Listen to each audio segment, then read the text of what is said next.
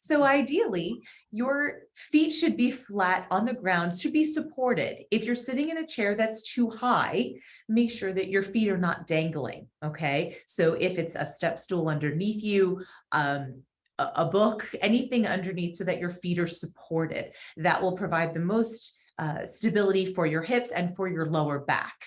So ideally, we would want a 90-degree angle. So I want the knees to be around 90 degrees, and I want the hips to be around 90 degrees. Now, when you're sitting in a chair, remember that your back is not flat. It's not meant to be straight up and down. There are normal curves of the spine, and we want to maintain the normal curves. So you'll notice most of your chairs have a little bit of lumbar support. Okay. And if your chair doesn't, and it's actually straight, then you can roll a hand towel, something small, to put by the belt line to maintain that normal curvature of the spine. Okay. A normal seated posture isn't always directly straight with your shoulders straight back and overemphasized. It does sort of respect the normal curvature there. But I would highly recommend that you scoot your bottom back in the chair so that you are supported.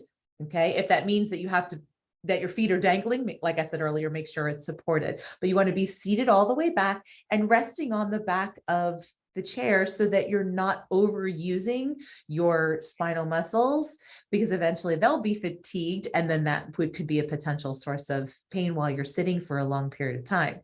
You want to be conscious that you are not rounding your shoulders forward and doing this with your forward head, which many of us do when we look at our cell phones, we look at our laptops. So whatever it is that you're looking at, whether it's a screen or a television, you want to have that up at eye level, and that will help you to avoid that rounded shoulders, forward head posture that can very often cause a lot of pain when we do a lot of sitting.